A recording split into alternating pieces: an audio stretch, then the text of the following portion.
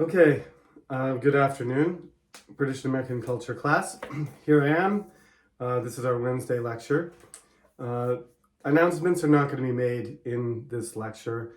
We're just going to focus on sort of updating you on material and summarizing things um, which you would just have to listen to in class. So I'm going to review a few things that we said in class, but for the most part, we're going to move forward.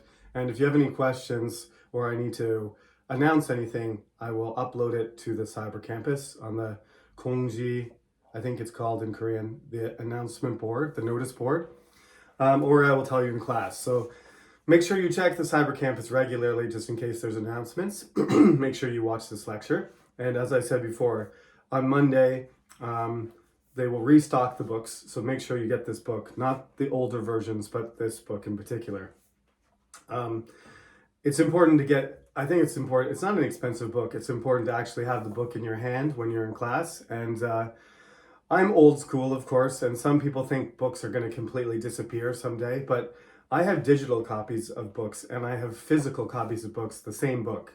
When I read Charles Dickens this winter, Great Expectations, I have a digital copy and I have a physical copy by Penguin Classics. Some people think Penguin Classics are going to disappear because you can get all these older books online. But most of us who are really paying attention to the words like to have it in their hands so that you can concentrate better on the material. So that's what I highly recommend to you. Have it in class so when I refer to a page or I talk about something, you can follow along or you can make a note in the margin or you can, I don't like to actually write anything in my books because I like to keep them in good condition. So just put a sticky note on that page. That's how I do it. So we ended last lecture. We were going through the first millennium, and as I said to you, there are dates, and they are important, but there's too many dates to remember, and I don't want your head to be full of numbers and dates. I want your head to be full of ideas and events and symbols, and the connections and the causes and the complexity that comes from knowing how all of these all of these events, all these places and people and things fit together in order to create something called British culture. Because we're just doing the British part right now because America doesn't exist yet. So the first millennium means, in this case, we always count from Jesus. Zero AD is counting from Jesus' birth and death up until 2023. You can almost do the same thing with British culture because about 50 years before Jesus was born, Julius Caesar invaded twice, visited the British Isles, not really visited, but made a sort of, he didn't conquer it. He set up camp, he crossed the channel, and he established some trade and diplomatic relations and fought some small skirmishes. And that just added to his mystique because Julius Caesar was a legend. He had already conquered all of what is now France and parts of Spain and parts of Germany too. So he had already expanded the Roman Empire, explored to the edges of the world, and now he's at this island that had this, as I told you, sort of mythical status, like a land of giants and monsters at the edge of the world. And he goes there too. And Julius Caesar writes an entire diary about this. So it's when the Romans, when Julius Caesar does that, the reason I keep talking about the Romans is because to the British, thousands of years later, this is when their civilization is born. That's the way they look at it. Some people now are looking back past, right? Past the, we'll say the Romans from 50 BC to 50 AD. Over a period of 100 years, they make contact and they conquer the island. And then it becomes Roman for hundreds of years after that. So this period, traditionally, has been emphasized as the start of the British civilization, and that the Celtic traditions, language, architecture, buildings, customs were pushed into the background. Part of that is because, as I told you, Scotland and Wales and Ireland held on to many of those practices, those customs, and those their religion and their language. So the English perceived themselves as civilized and more connected to the empire and the advanced civilization of the Romans, whereas, like I said, they became the Romano-Britons.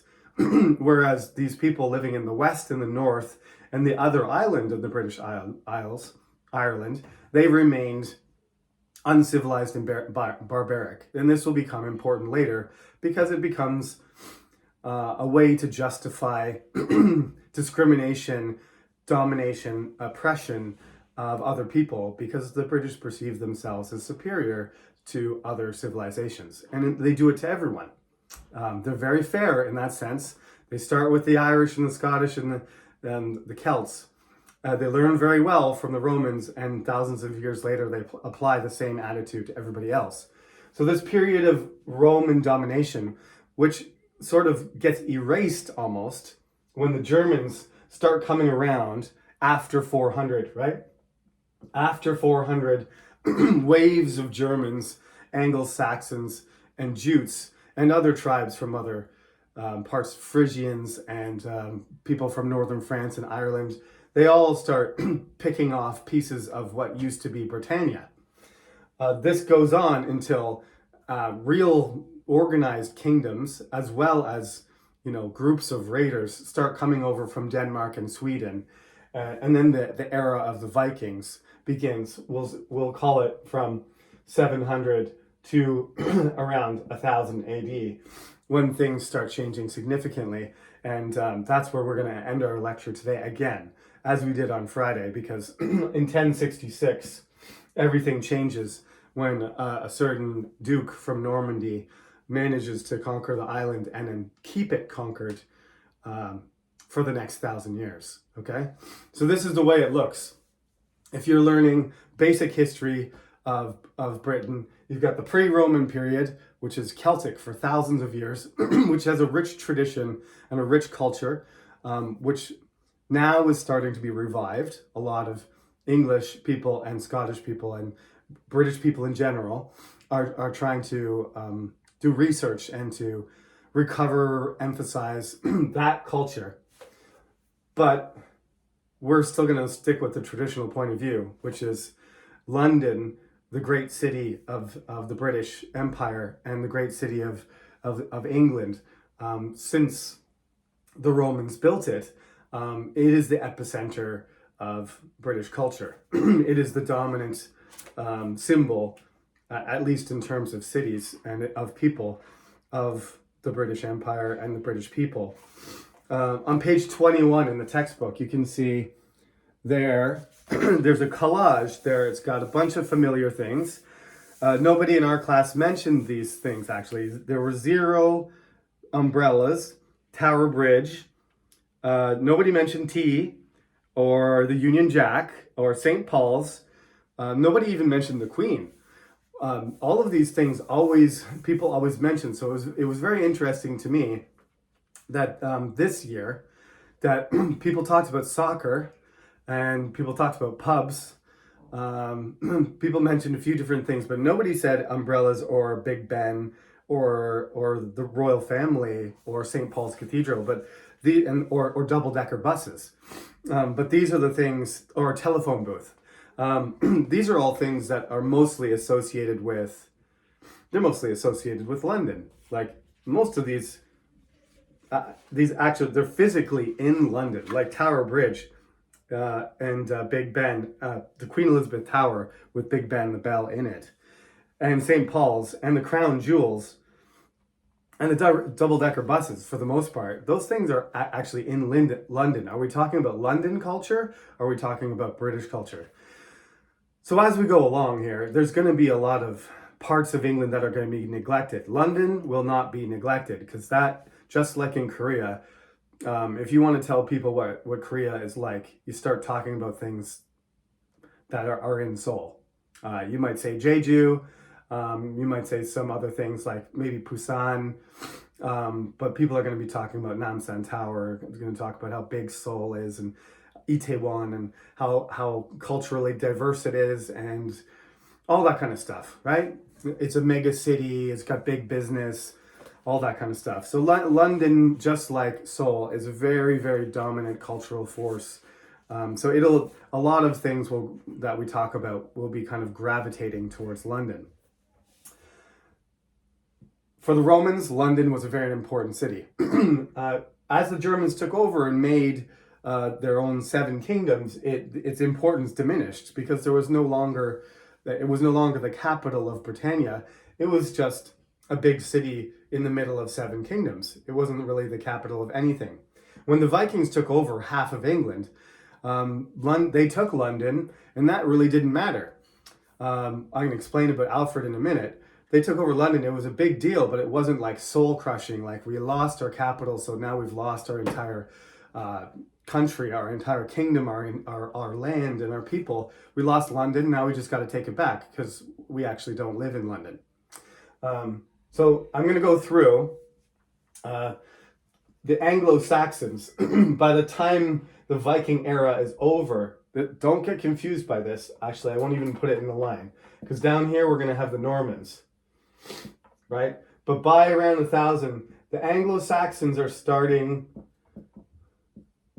to push back. They're starting to push back the Vikings back up into Scotland, and the Scottish themselves are pushing the Vikings out. But it's not just pushing them out. It's that Vikings, Danes and Swedes and Norwegians have settled there and have been living there for sometimes hundreds of years. So the people that are living there, that are in England, that are controlled by, they're starting to intermarry. You've got Angles and Saxons and Danes and Norsemen marrying each other and having children. And what are their children? Right? Their children are Anglo-Saxon, or the children are at least they identify as something like English. It's becoming England. So by the time these Anglo-Saxons the Vikings' influence and power and domination of the ocean is starting to diminish. The age of Vikings is ending. A lot of these Viking people are just being integrated, right? And the Normans themselves, they're going to be French Vikings, essentially. Their ancestors come from the North European countries like Denmark and Sweden, but they live in France, in Normandy, and they're marrying French people, and they speak French, so they're Normans, but they're gradually turning into French knights, right? So by the time the Normans attack England, you've got a mixture of French and Viking and German and Britain, and all these people are sort of all related to each other genetically, right? There's no distinct, like I said to you in the first class, it's not like people in the last 100 years, once we started studying different species and doing things scientifically because of Charles Darwin, there's all these people that started to look at human beings and think that human beings had races and subspecies and stuff like that. But that was a huge mistake because all of these people, although a lot of them didn't move very far, like I said, you could find English people that their ancestors 1,000 years ago lived down the street. That person is very genetically not diverse. But there's also the possibility that some of their genetic material came from Sweden. And like I said, I'm 1/32 Italian. Where did that 3% Italian blood come from? I have no idea. Is it because an Italian immigrant moved to Canada and married an Anglo-Canadian, and then they had children and children and children, and then I arrived? It doesn't really matter. The point is, it happens all the time. So I'm talking about these people as cultural groups, but these are all kind of Germanic people, except for the Romans. They're sort of Southern European and Mediterranean. But the Romans themselves, as the Roman Empire expands, you've got to know that the Roman officials and the Roman soldiers who were on duty in Germany and France and Syria and Africa and Spain, you have to know that of course they're going to be intermarrying and having relationships with the local people, and there's going to be a lot of mixing there, right? I won't go any further into that. What I do want to get into, just remember, read the textbook and the key points. Remember the linguistic influences, the Vikings and their pronouns and the letter thorn, how they changed the behavior of all the European people because they had to defend themselves all the time. They were living in fear. They kidnapped people. They traded slaves and goods. They connected all the way from the Rus, all the way from where Moscow is and Volgograd, all the way from the middle of Russia to Spain, to Scotland and Norway, and to the Middle East, to Syria, Palestine, Turkey, and Cyprus, right? Excuse me. Sicily, Italy, these Normans, who are the next evolution of Vikings, they will go everywhere. Everywhere there's water, from Africa to the North Pole, from Russia to Ireland. That's the area they cover in their ships. It's pretty incredible. That's why I showed you the map of the genetics, where you can see how many people have light colored eyes in the northern half of Europe, because those light colored people spread out everywhere. Okay, this has happened multiple times. It happened in Asia multiple times too. When the Mongolians and Genghis Khan took over the entire continent of Asia, there's people, there's people in Saudi Arabia, there's people in Iran who have Mongolian blood. There's certainly a lot of Mongolian blood in Chinese people and in Korean people and Japanese people too, even though they never took over Japan, because the Mongolians, their armies took over everything. They traded and they administrated and they interacted and they moved across thousands of kilometers, and some of them never returned. They integrated to the local population. So this is what the Vikings did too. That's why we call it the Viking Age, because the rivers and the sea were dominated by one group of people. Now, let's roll back the clock for a minute to when we were talking about Boudica. Now, there's several ways of spelling Boudica. That's the way I spell it, but there's alternate spellings. I don't think anybody really knows exactly how it's supposed to be spelled. But this is how the story goes. First of all, I will say, there's a statue of her, as I mentioned, next to a subway station in London. You come out of the underground, and she's right there, and she's riding a chariot, and she sort of looks like a Roman goddess. That's the kind of neoclassical architecture or artist or sculpture that was done to memorialize her, which is kind of ridiculous, first of all, because she doesn't look like a Celtic queen. But she was a queen, and what I like about it is that she's a woman and she's recognized as a hero. And one of the things about this course, which is not completely my fault, but I try to balance it a little bit, is that there's more men that get mentioned in this course than women. It's not 50-50 by any means.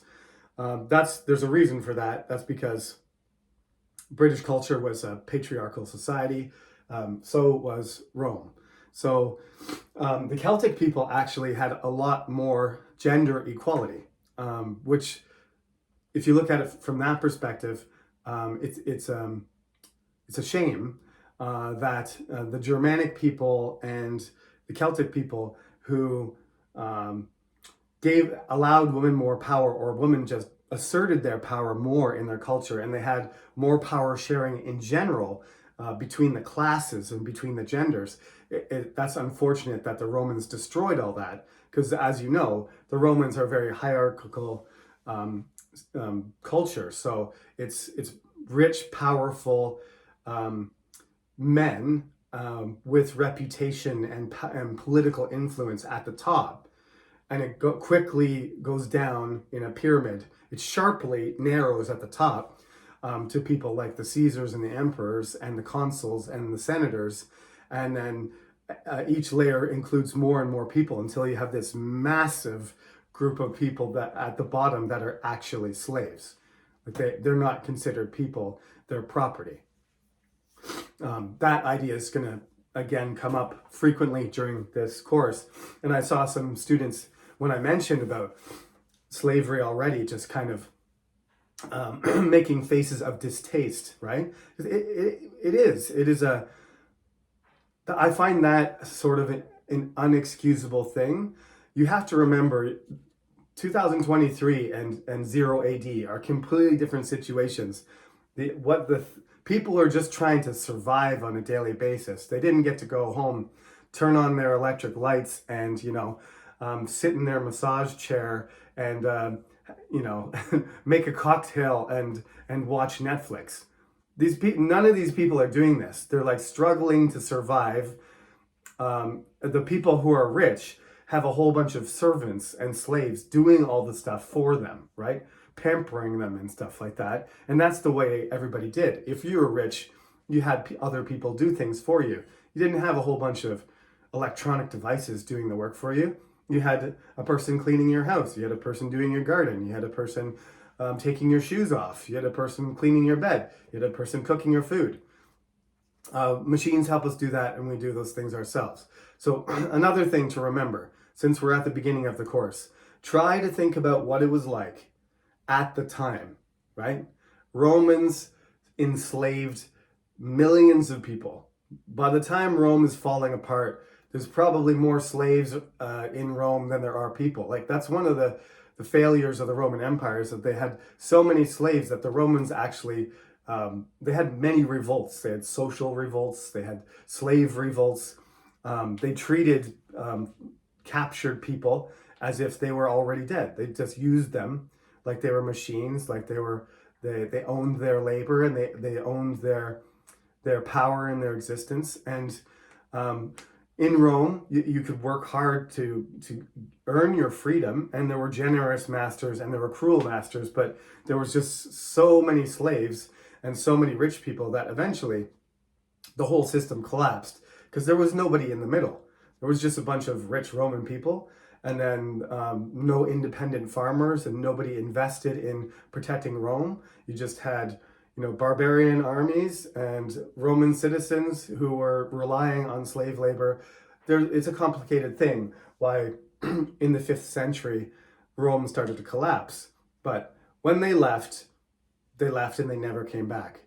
Boudica was there at the beginning when Rome was taking over, and they had already sort of rolled back most of the tribes, and Boudica was one of those leaders. There's tribes, like I said, there was many tribes and there was many sort of kingdoms, and her husband was a king and she was a queen, and basically the Romans said, if you made peace with them, peace, what the Romans call peace, is not very fair often. It's not the kind of peace where, oh, we just stop fighting, everybody gets what they want. That's not Roman peace. There's a famous saying that everybody knows, which is the Romans make a desert and they call it peace.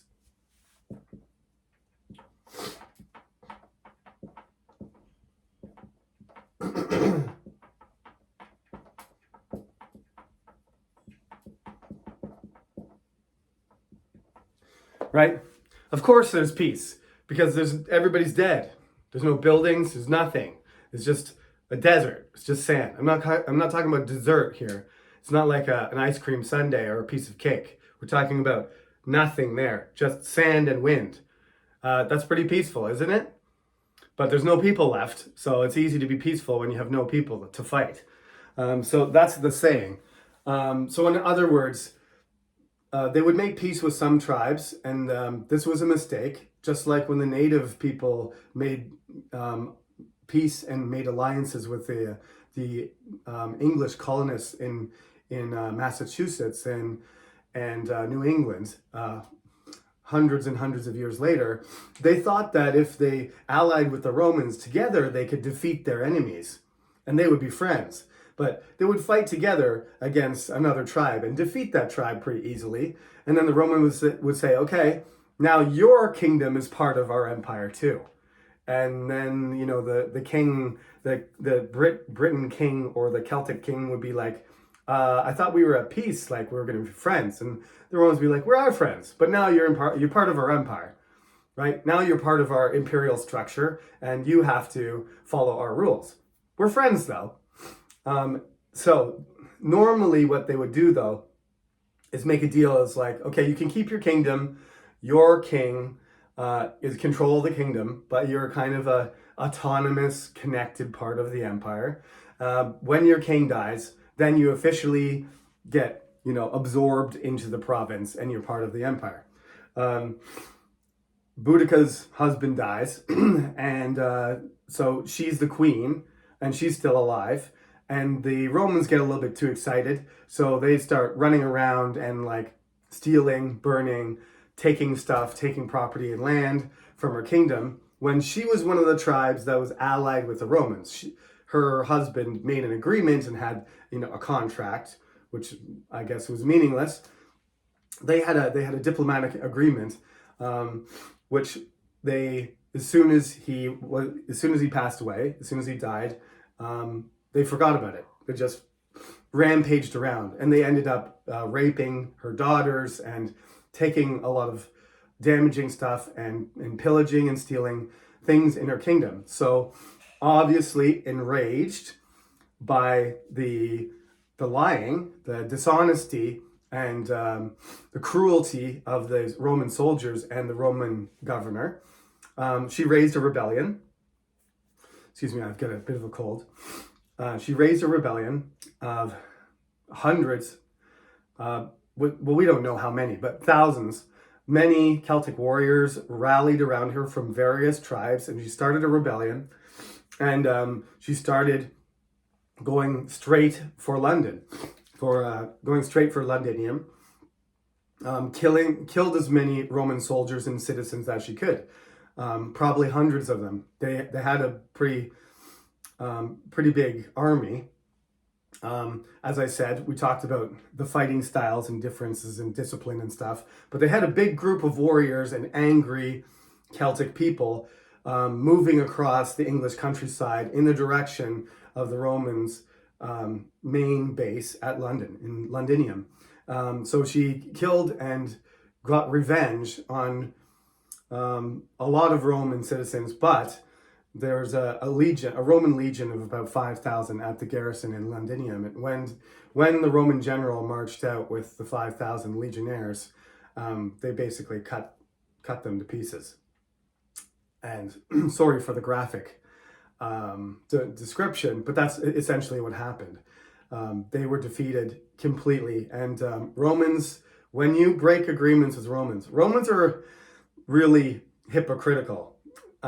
If you break an agreement with a Roman official, a senator, or the Roman government, no punishment is too severe, right? But when they break an agreement with you, they always try to like blur the line and try and find a loophole or something. No offense to my American friends or to the integrity of the American government, but that is a very American thing too. We sometimes call America the new Rome. It's because when you make a deal with the Americans, they expect you to follow that deal exactly. But when you don't follow, like when they don't follow the letter of the law or follow the contract strictly, and you complain, they think it's fine. It's super, super hypocritical. And they've done this since they first met the native people and started signing contracts with tribes saying, oh, you can have this land forever. And then 5 years later, there's a whole bunch of Americans building houses on the land that has supposedly been granted to the native people forever. They break these contracts all the time. British people do it. The Romans are not the first civilization to do it, but they did it a lot, and they were very good at it. And once Boudica loses, they torture all of them, and they execute everybody. So she's a hero. She's a rebellious hero. She fought against the Roman tyranny, the injustice, and she's a hero of Celtic people. She's a symbolic Celtic figure. Not only is she symbolic of Celtic culture, she's representative of female power as well. So she's a very important historical person to know. I think the statue is kind of ridiculous because she's riding a chariot like she's a Roman. I don't think that she was a Romano-Briton. I don't think she was riding around in a chariot wearing Roman armor fighting. If that was the case, her army probably would have won. Or she would have been a chariot racer in Londinium. There's no way that she was in her kingdom in the middle of, the English countryside riding around in a chariot like that. It's an awesome statue, but I don't think Boudica looked like that, and I don't think she rode around in a chariot. So you're going to see a lot of that. The next person we're going to talk about is King Arthur. And hey, who is King Arthur anyway? He's not a real person.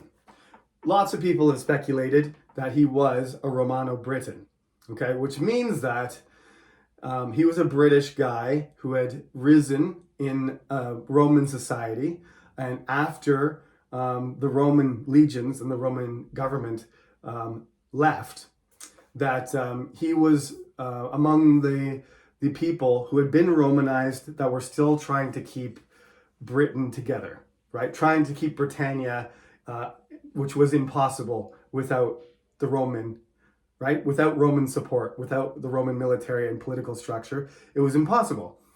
So most likely what happened, if there was an Arthur, he wasn't really a king. He was more like a warlord. And he had followers and he had warriors who were also Romano-Britons. And when the Angles and the Saxons and the Jutes and the Frisians and so on, these proto-Vikings, these pirates and German invaders came, he fought them.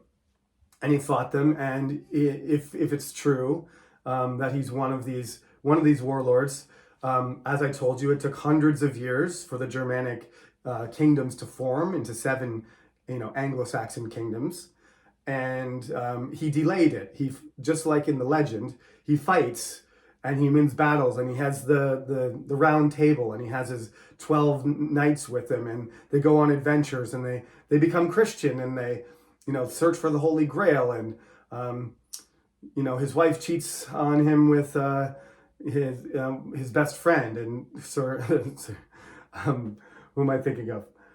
Guinevere and Sir Lancelot. Sorry, I slipped my mind for a second. All these legends and stuff like that, none of those things are true. He was a warlord. He was a Romano-British chieftain who had, if the legends are based on a real person, we don't know that.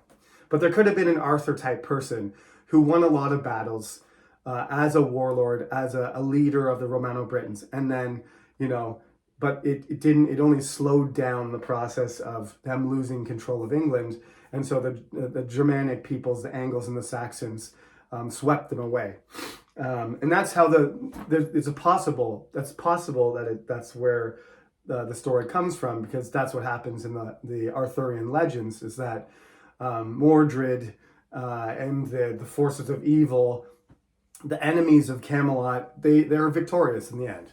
In the end, Arthur loses his power, and his kingdom is lost, falls into darkness. The funny thing is that he's a Romano-Briton, not an Anglo-Saxon. The Anglo-Saxons didn't really care about Arthur that much because he was their enemy. And but the legend continued, but it didn't get, whether it was revived or created, it was written in French after the Normans. So the Normans used this guy, King Arthur, as a sort of perfect idealized hero, sort of like Yi Sun-shin, except not a real person. Yi Sun-shin's a real person who did all these great things, and when you read about Yi Sun-shin, everybody emphasizes all of his courage and his skill and his honesty, right? His bravery, his commitment, his dedication, right? His genius, all these things. Nobody ever talks about Yi Sun-shin having any bad qualities. He has a perfect personality, and he has a perfect ability, never makes any mistakes, pretty much. Like, he makes a few mistakes, but nobody cares about them. He's like an idealized figure, and he's a real person, right? But you can see how Yi Sun-shin has been polished up a little bit, and we don't worry about any of the small things that made him not superhuman. George Washington is the same. People don't talk about how George Washington had character flaws. They just talk about how George Washington was the perfect president and no one will ever reach his level. That's what every president should be like. And he was a real person, but he wasn't really a perfect person. Americans just make that story up. King Arthur is just a made up person. And he's not perfect because he makes mistakes. And his best friend and his wife cheat on him. And there's all kinds of things that happen which make him human. But at the base of it, he is chosen by God. And he is representative of all of the people who live in Britannia, the representative of all English people and even Scottish people admire this guy. People in France read about Arthur in French. People in England read about him in French and English. So he becomes this person who he's supposed to be this Romano-Briton sort of rebel, barbarian guy. But if you look at a picture of him, and I'll show you a slide in class, he looks more like a medieval French king, which is impossible because he lived in like 450 AD. So he didn't have these really fancy clothes that look like medieval clothes. Maybe he had a toga, maybe he had a spear, maybe he had a Roman helmet, maybe he had tattoos and stuff like a Celtic person, but he doesn't have a big sort of Jesus type beard and curly hair and a gold crown and some long blue robe with like golden fleur-de-lis on it. That happens in the Middle Ages, like 800 years later. So they're projecting this image. So King Arthur is supposed to be sort of like a unifying symbol. Like I said, the British are not monocultural. They're a very multicultural people. So how are you going to get all of these people? These Celtic people, these Roman people, these Germans, these Vikings, these Normans, and you got a bunch of other Irish people in there, Picts, other people, Frisians, people from Brittany. You've got all these people, and how are you going to get them, to be unified, to work together, to have a kingdom that's not in chaos? Well, you got to have a powerful, strong king, an idealized king, like King Arthur. So later, not so much the Anglo-Saxon kings, but the kings after the Normans, they model themselves after the legend, the myth of King Arthur, because King Arthur is the ideal king. That's who you want to be like. You want to be Christian, you want to be a warrior, you want to be a leader, you want to be fair and just, right? And you want to represent all the people, not just the rich, wealthy knights, but all the people of the kingdom from the top to the bottom. So that's why King Arthur is important. And he's not a real person, especially the ones in the stories, because that person could not have existed. Okay? So, not a real guy. Next, a real guy. Now, there's lots of Anglo-Saxon kings, but by far the most important one is Alfred. Probably the second most one is the last Anglo-Saxon king, Edward the Confessor. But Alfred was really interesting because, first of all, while he was young, during his generation and his parents' generation, that was when the Vikings completely took over all of England, except for Wessex. So the seven kingdoms were previously Northumbria and Mercia. The northern kingdoms were the most powerful of the seven, but the Vikings conquered them. So Wessex is one of the weaker kingdoms, but the only one that survived. Kent is gone, Sussex is gone, I can't remember all the names. I told you don't have to remember them, but Northumbria and Mercia are the big ones in the north, and they fall to the Vikings, and once they fall, the Vikings just steamroll the whole thing until there's like a pocket in the middle south part of England called Wessex, which is the last man standing. And it's Alfred's family and his father that are trying to hold back the entire Viking empire from, like I said, from Sweden all the way across to Iceland and down to northern France and Spain. They have control of the entire North Sea. It's almost like a northern sea empire like the Roman Empire was, and they're just trying to fight back. Um, it sounds like an impossible thing to do. And as I told you, part of the problem was the Viking ships would just appear suddenly.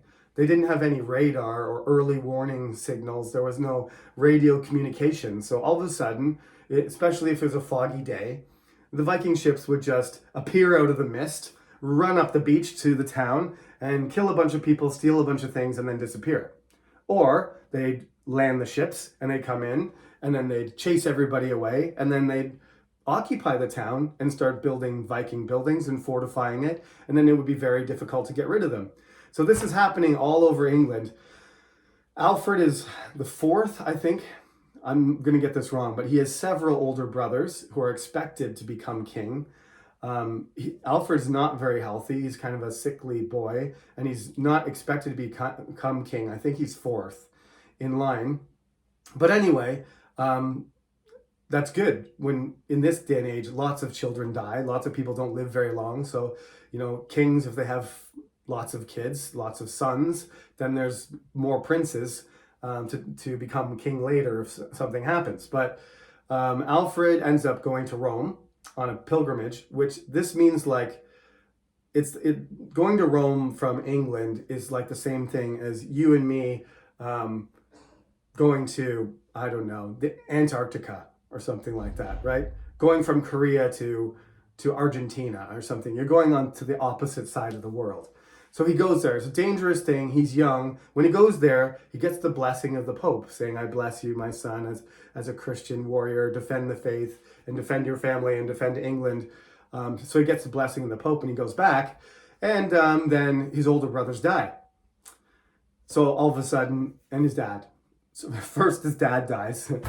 First his brothers die, and then his father dies. So now you got, a young adult Alfred surrounded by Viking armies on all sides, and he has to do something about it.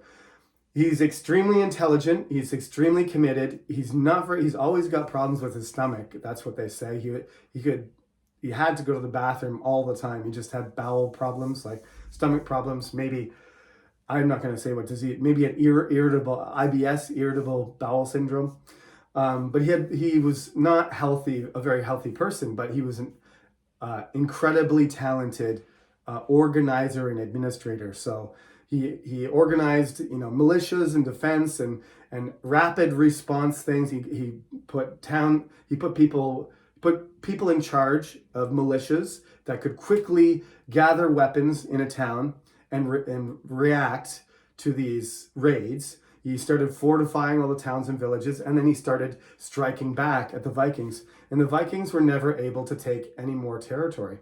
So as the Viking wave stopped and it got harder and harder for them, they were losing men and money and time fighting against Alfred's Wessex Anglo-Saxon, army. They were maybe overextended. They were trying to control all of England. So he started to push back and he started to take back territory. So Alfred and his son and his grandson gradually from Wessex pushed back the Vikings, took back London, took back the east of England, and took back the southwest as well. So they took back eventually about half of England. And that's where the Danelaw, I mentioned about the Vikings, the Danelaw becomes the deal. Alfred's smart enough to realize that he can't get rid of all the Vikings. They've got control of the entire island.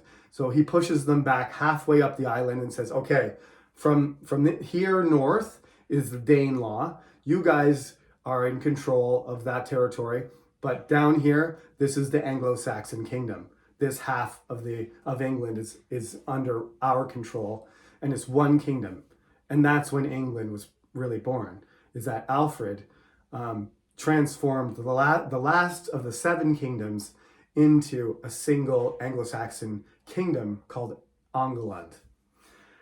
When England got stronger and stronger, and the Vikings started to weaken and spread out all over to be honest, they didn't really weaken everywhere. They weakened in England, but they were doing things in other parts of the world. They pushed them all the way back up to the border of Scotland. And then the Seven Kingdoms, the territory under the Seven Kingdoms was consolidated into England. And there you have England. So Alfred, you might say, is the founder of England. Not the founder of the culture or the founder of everything, but from Alfred and his son and grandson, from that 800 AD period, England took form in the shape that it is now, right?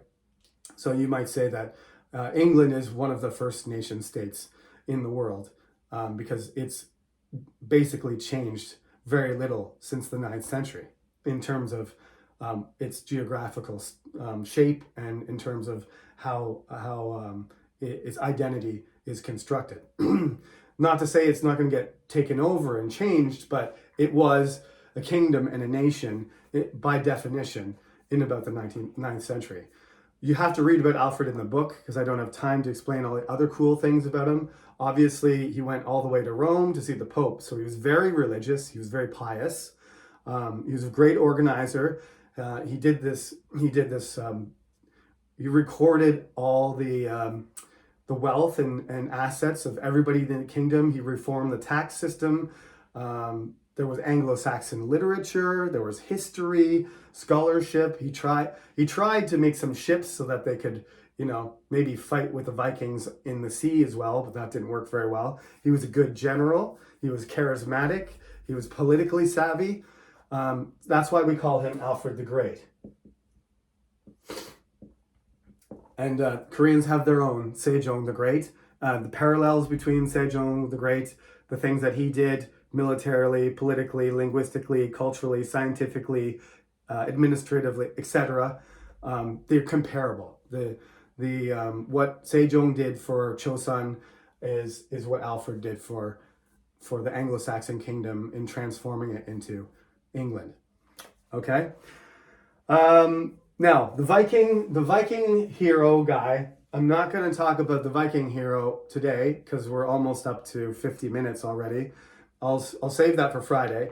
Also because he's late. He comes at the very end of the Viking Age, and he almost overlaps with William the Conqueror. So on Friday, we're going to talk about King Canute the Great, one of the greatest Vikings ever.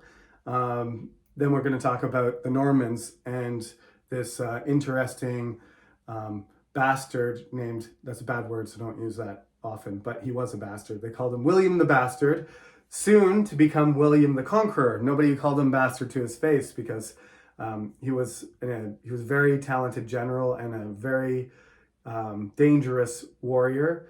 And he is the last person who militarily conquered the island of England and Scotland, right? So that's what we're going to talk about next. King Canute, King Canute, the greatest Viking king in England. The Normans, William the Conqueror, and how that changes, completely changes the makeup of England and Scotland and Ireland. Now we're going to start to be able to see Britishness start to appear rather than just talking about England and excluding Scotland and Ireland from the conversation. So 1066, I don't tell you to remember very many numbers. That's the one every single British kid has to know. If you don't know 1066, you're not English. You lose your citizenship. That's the most important date in British history. There's lots of important dates, but that's the most. And that's the one you have to remember first. So thank you for listening, and make sure you grab those books on Monday when they restock at the bookstore. Watch this before Friday, and we'll go from there. Thank you for listening.